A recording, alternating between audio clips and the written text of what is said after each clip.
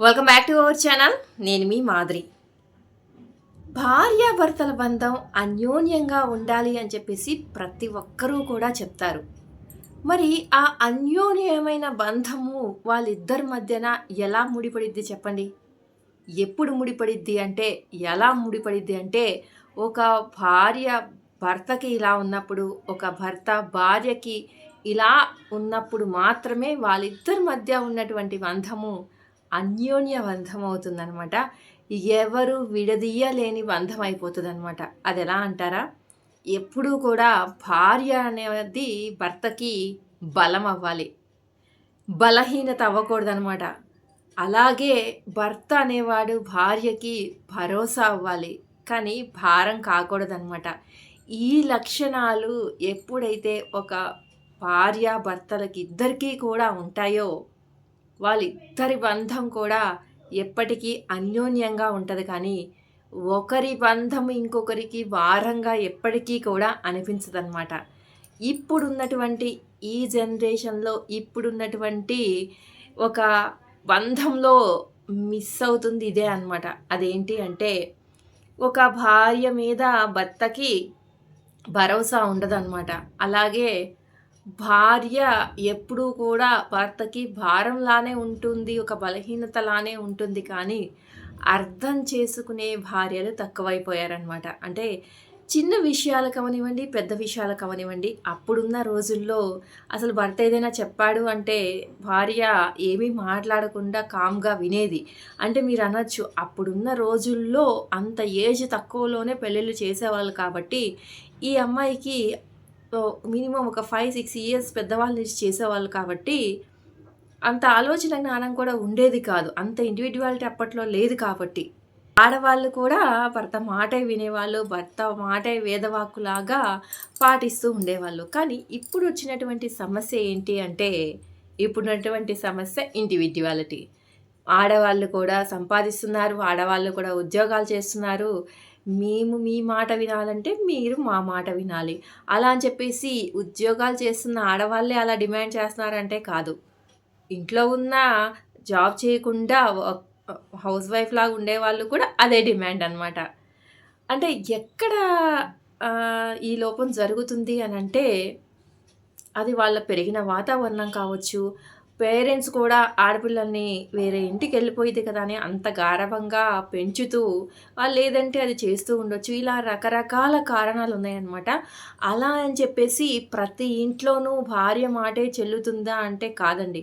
ఇంకా చాలా అర్బన్ ఏవైతే ట్రైబల్ ఉంటారో, అంటే బాగా వెనుకబడిన ప్లేసెస్ ఉంటాయి. బాగా పల్లెటూర్లుంటాయి. అలాంటి ప్లేసెస్‌లో మటికి ఇప్పటికీ కూడా ఖచ్చితంగా భార్యలు సఫర్ అవుతున్న వాళ్ళు కూడా ఉన్నారనమాట. అది ఉన్నారు, ఇది ఉన్నారు. ఇంకా భర్త ఏది కూడా సంపాదించకుండా ఇంట్లోనే ఉండి భార్యకి బరువుగా మారితే, భరోసా ఇవ్వాల్సిన వాడే బరువుగా మారితే, ఈవిడే కష్టపడి సంపాదించి వాళ్ళని పోషిస్తున్న వాళ్ళు కూడా ఉన్నారు.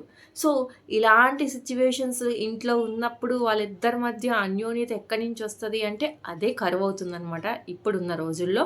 అందుకే ఇంత విడాకుల శాతం పెరిగిపోవడం, ఇంతగా ఒకరి మీద ఒకరికి నమ్మకంగా లేకపోవటం, ఒకరి మీద ఒకరికే కాదు అసలు పెళ్లి మీద కూడా నమ్మకంగా లేకుండా అయిపోతుంది జనాలకి. దీనికి ఒక పరిష్కారం ఏదైనా ఉందా అని అంటే ఏం లేదండి. సింపుల్‌గా ఒకరినొకరు అర్థం చేసుకోవడం అనేది ముందు ముఖ్యం అనమాట అన్నిటికన్నా. ఇప్పుడు భర్త ఈ ఖర్చులు ఎందుకు అని అంటే క్లియర్ కట్‌గా భార్యకి నా సంపాదన ఇది. ఇందులో ఇంత శాతం ఇంతకు పోతుంది, ఇంతకు పోతుంది అని చెప్పేసి వివరించి చెప్పి ఆమెనికి అర్థమయ్యేలాగా, అంటే ఇంటి దగ్గర వాళ్ళ పేరెంట్స్ ఎలాగ ఈవిడతో వాళ్ళ కష్ట నష్టాలు షేర్ చేసుకుంటారో, అలాగే ఒక భర్త కూడా ఆ పొజిషన్‌లో ఉండి, ఇప్పుడు తల్లైనా, తండ్రైనా ఏదైనా కానీ భర్తే అని ఆడపిల్లకి చెప్తారు కాబట్టి, ఆ పొజిషన్‌లో భర్త ఉండి అన్నీ ఎక్స్‌ప్లెయిన్ చేస్తే కూడా అర్థం చేసుకోవటం ఒక పద్ధతి. లేదు అంటే ఇంకోటి ఏంటి అంటే అడ్జస్ట్ అయిపోవడం. పోనీ ఆవిడ చెప్పిన దానికైనా వీళ్ళు వినడం అనమాట. అలా ఇద్దరూ కూడా ఒక అండర్‌స్టాండింగ్‌తో, ఒక అర్థం చేసుకునే గుణంతో కనుక ముందుకు వెళ్లారంటే ఒకరికొకరు భారంగా అనిపించరు. ఒకరికొకరు బాధ్యతలాగా అనిపిస్తారనమాట. ఒకరికొకరు ఒకరి మీద ఒకరు చూపించుకునే ప్రేమ కనిపిస్తదనమాట. ఇదే తక్కువైపోతుంది. కాబట్టి ఎవరైనా కానీ అన్యోన్యత అనేది వేరే ఎవరినో చూసి నేర్చుకోవాల్సిన పని లేదు. ఒక చిన్న అడ్జస్ట్‌మెంటు, ఒక చిన్న ప్రేమ అవి కలిస్తే అన్యోన్యత ఆటోమేటిక్‌గా వస్తదనమాట.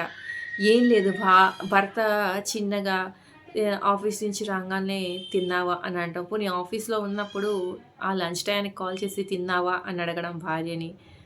భార్య కూడా భర్త అత్తమామల్ని, భర్త సైడ్ అమ్మానాన్నల్ని వాళ్ళని కూడా కొంచెం అప్పుడప్పుడు ఫోన్ చేసి పలకరించడము, ఎలా ఉన్నారు ఏంటని కనుక్కోవడం. అంటే ఇప్పుడున్న రోజుల్లో అందరూ కలిసి ఉండట్లేదు కాబట్టి. అలా చిన్న చిన్నవి అన్నమాట భర్తకి నచ్చేవి తను కూడా చేస్తూ ఉంటే, చిన్న చిన్నవి కష్ట నష్టాలు అర్థం చేసుకోవడము, ఆ ఇబ్బందులుగా ఉంది అన్నప్పుడు ఏదైనా సర్దుకుపోవడము, ఇలాంటివి చేసినప్పుడు చాలు. అవి చాలా పెద్ద ఇంపాక్ట్‌ని చూపిస్తాయన్నమాట. ఒక రిలేషన్‌షిప్‌లో, ఒక బంధంలో. ఆ బంధాన్ని పటిష్టం చేయటానికి ఇవి పునాదులవుతాయన్నమాట. అర్థమైందా? ఇదండి ఈరోజు వీడియో. వీడియో కనుక నచ్చితే లైక్ చేయడం మర్చిపోద్దు. మరిన్ని ఇలాంటి వీడియోస్ కోసం వెంటనే ఛానెల్ సబ్స్క్రైబ్ చేసుకొని పక్కనే ఉన్న బెల్ ఐకాన్ కూడా ప్రెస్ చేయండి. అప్పుడే నేను పెట్టే డైలీ నోటిఫికేషన్స్ మీ దాకా వచ్చేస్తాయి.